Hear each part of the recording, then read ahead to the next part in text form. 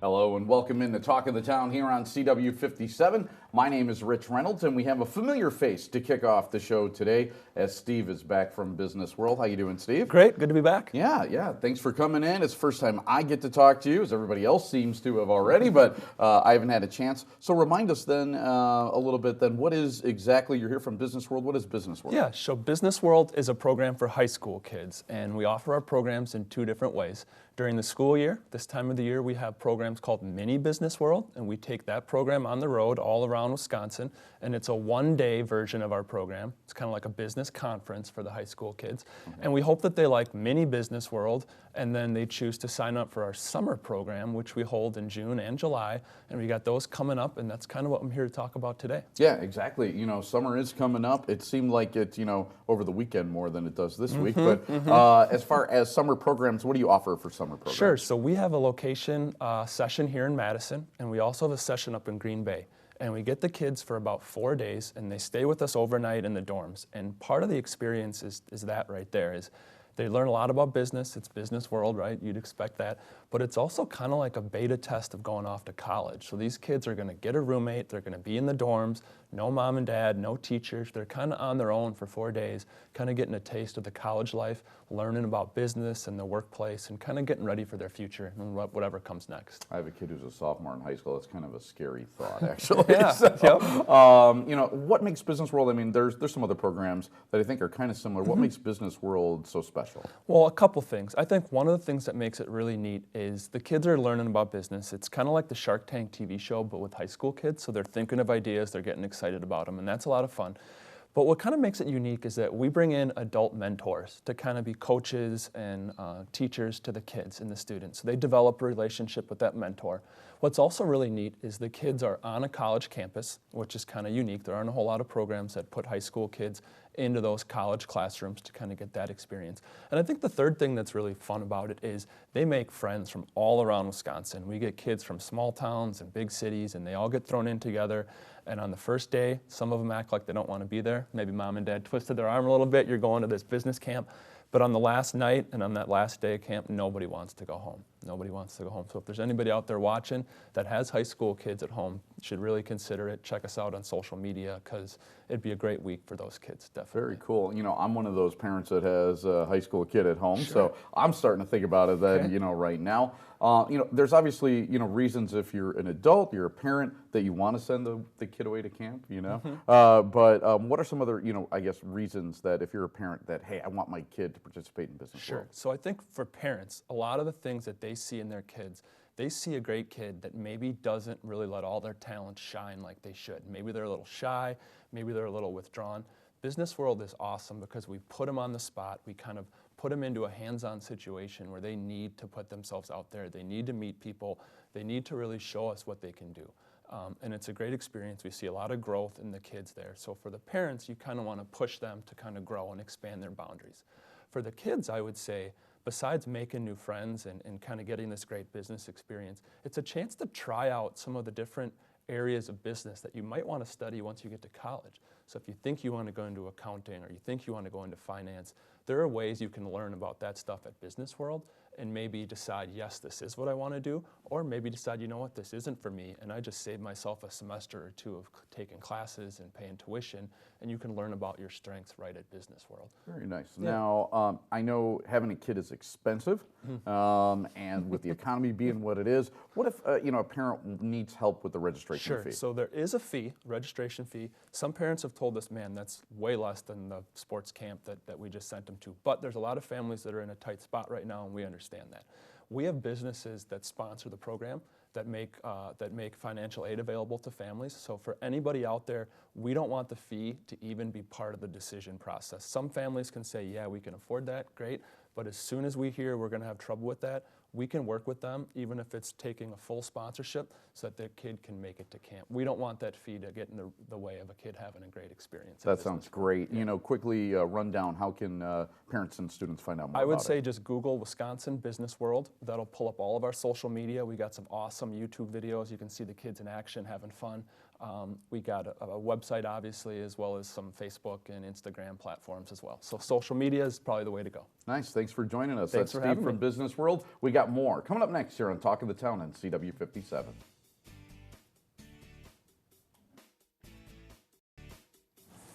Welcome back to Talk of the Town. If you love music, you'll want to stay tuned for this segment because I'm joined now by Guy Henkel from the Madison Public Library, and he's going to talk to us about the Yahara Music Library. Guy, welcome. Thanks for having me. Good to have you with us today. So talk to us a little bit about what is the Yahara Music Library? It's a project we started through Madison Public Library about 2 years ago. It's an online collection of albums made by local area musicians that South Central Library card holders can stream or download for free.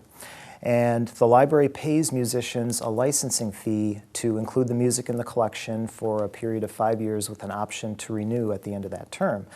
So you can kind of think of it as an online discovery tool for local music. That is really cool. So this is all local musicians. That's right. Local area musicians or musicians that have had a strong tie to Madison in the past. Wow, what a fantastic idea. So why did the library decide to do this? Well, we wanted to find a way to showcase and promote local artists, at the same time begin to create an archive of local music. We also wanted to find a way for the library to share new releases that aren't available on CD. This is one way to do that. But more importantly, we wanted to encourage library users to become active fans, getting them to go to a show or buy an album or other merchandise from some of our participating artists.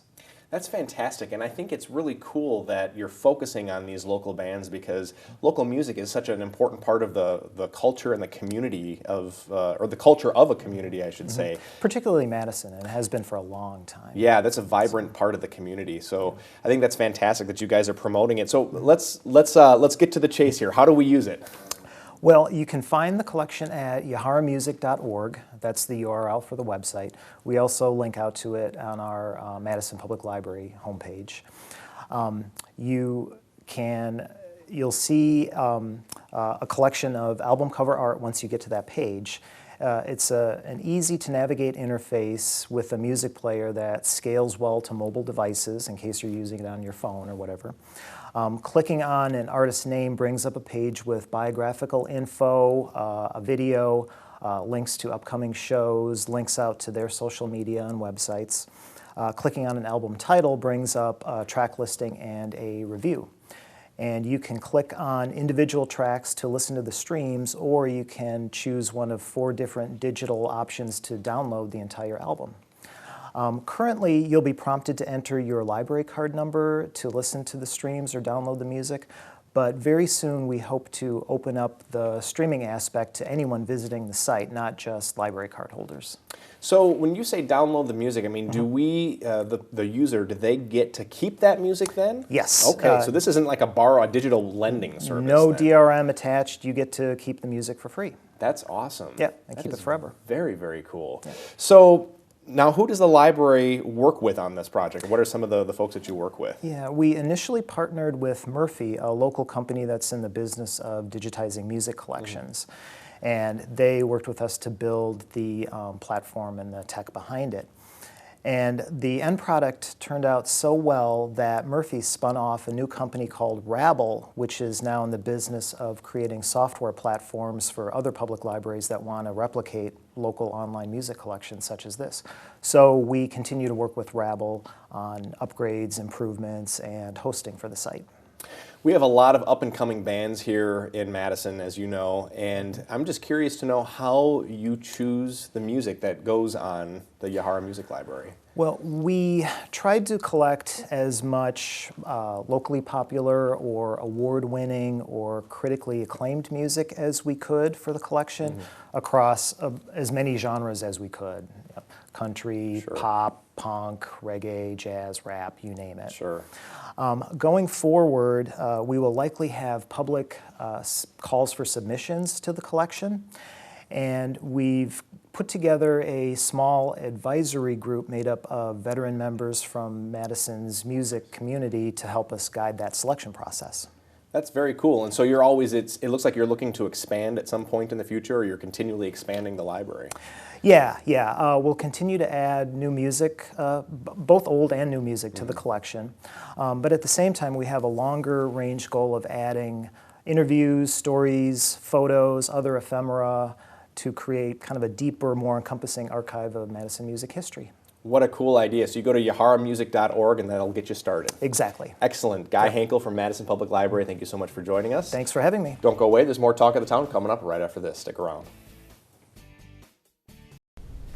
Pregnancy can be one of the most wonderful times in a woman's life, and with Mother's Day just around the corner, we're here today to talk about how we can help to manage morning sickness, a condition that affects up to 85% of pregnant women in America. That's approximately 3.4 million women each year in the United States alone. And here to talk more about that is former host of The Doctors, Dr. Lisa Masterson. Dr. Masterson, welcome. Hi, thank you so much for having me. Yeah, good to have you on the show today. So there's an acronym that's been kind of going around, and I'm wondering if you could share with viewers what NVP stands for. NVP stands for nausea and vomiting in pregnancy, and basically that correlates with morning sickness. And the thing about, it's very, very common that 3.4 million pregnant women is huge. But the thing is, morning sickness is a really bad name for morning sickness because it doesn't just happen in the morning. It can happen in the evening, in the middle of the night. It can happen all day long. And that's why nausea and vomiting pregnancy actually describes it more adequately. And this is something that can be completely debilitating to women. I think a lot of people take it really lightly. And as you said, this should be an amazing time, but this can really make women miserable and translate into lost work hours, problems with family, lost time with the family, not being able to function. So this is something that women need to know, even though it's very, very common. It's a medical condition, and we can help our ladies experience the amazing pregnancy. I think there's a spark of interest in our audience right now because I think so many people don't realize that this is something that can be treated. What are the causes of NVP? Well, a lot of women think it's actually the baby when it's not. So it's very important to know it's really part of the pregnancy. And it's usually the placental mass or those escalating hormones at the beginning of pregnancy, estrogen and HCG, that are really the triggers for nausea and vomiting in pregnancy and not the baby. A lot of women will mistakenly think it's associated with having a really hairy baby or with the baby's sex, so either a boy or girl. And it's not the baby's fault. It's actually all about the pregnancy. And again, it can make women feel absolutely miserable. It usually resolves after the first trimester. That's the good news. But women don't have to suffer in silence, and so many of them are. There are things that we can do to help treat them. I also like how we're kind of moving away from calling it morning sickness because as a father of 2 children, I noticed that my wife experienced quote-unquote morning sickness or NVP at other times other than the morning as well. So what are some ways that women can manage NVP? Well, I love that you asked because especially this can happen to women before they get to the doctor. So it's important that they know some of the things to do or some of the things that their doctors might suggest. And we like to start with lifestyle and dietary changes like, avoiding spicy foods, eating smaller meals more frequently, avoiding really greasy foods, avoiding really big meals, things like that. But why I'm so thrilled to be here today is because I partnered with Duchenet USA to talk about diclegis, which is the only FDA-approved safe and effective treatment in pregnancy. So it is really, really important that women know that there is a safe and effective medicine that's been tested in pregnancy, and that they can feel comfortable with that to go into feeling better and enjoying this amazing pregnancy. Let's say that somebody doesn't know about treatment options. How long is it typical for NVP or morning sickness to last? Usually the first trimester. That's the beauty of it. It's usually going to resolve. But in the meantime, women don't have to experience morning sickness all day long, be miserable all day long, have it affect their life. And we can empower them to take back and enjoy this pregnancy. And what I love is the Diclegis website, diclegis.com, where you can get my Dr. Lisa tips. And also you can get other tips of what to do in nausea and vomiting in pregnancy so you can take back your pregnancy. Taking back your pregnancy. I think that is so cool. I think that's a great tagline. Dr. Lisa Masterson, former host of The Doctors, thank you so much for joining us today. Thank you for having me. And don't go away. There's more show coming up right after this. Stick around.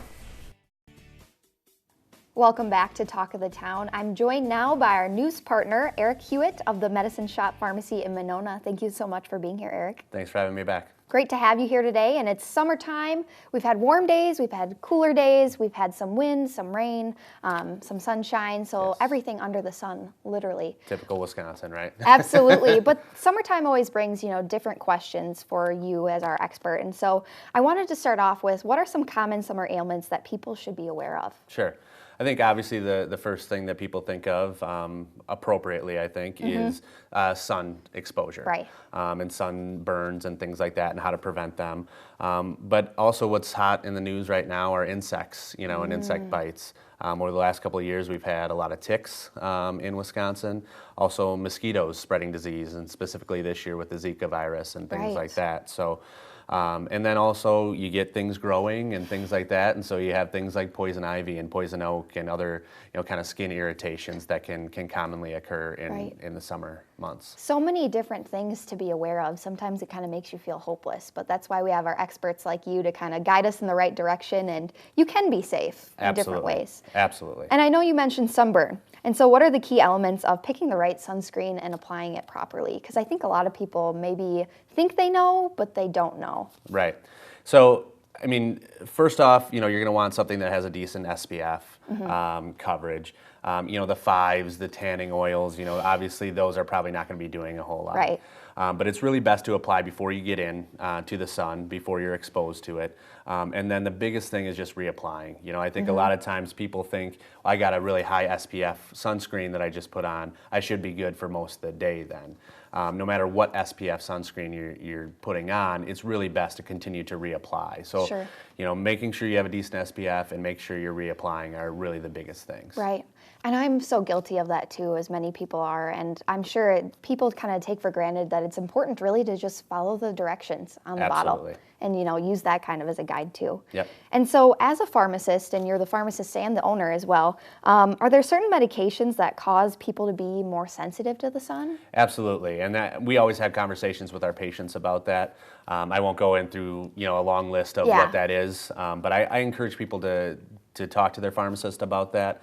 Because it is something that those people are going to definitely have to be more diligent about covering themselves up. And sometimes sunscreen for those people isn't enough. Wow. They have to put on hats and wear longer sleeves and that kind of thing because it creates such a sensitivity to sunlight that those are better precautions than just sunscreen alone. Sure. Are there any, general different medications that people should be aware of that may cause that? Yeah, there's definitely some blood pressure medications Okay. that are out there, some anticonvulsants that people use for seizures, or nowadays a lot of them are used for nerve pain or Sure. some other different ailments and things like that. So it's really best to have a conversation with your pharmacist about that if you're at all concerned about that. And most of the time, that'll be listed too on the label of your medication as well, right? So Yep. take that very seriously. Absolutely. Wonderful.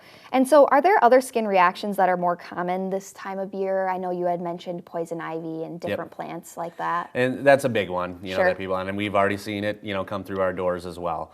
So those are big things because those things don't really grow, and we're not outside doing yard work, obviously, in the Right. winter months. So those are big things. Also, people can have kind of heat-related skin reactions and things like that. So those are definitely, more common in the summer months compared to, the colder months that we experience. Sure. Now, how about ticks and other insects? And I know ticks are just personally one of my biggest fears, and I feel like you can't A lot of avoid people. them here in Wisconsin. So I guess how about those? What can you do? Yeah. So you can, try and, for insects and things, obviously they have the bug sprays Sure. out there. There are even some natural options if people prefer not to have some of the chemicals on their skin, which we understand.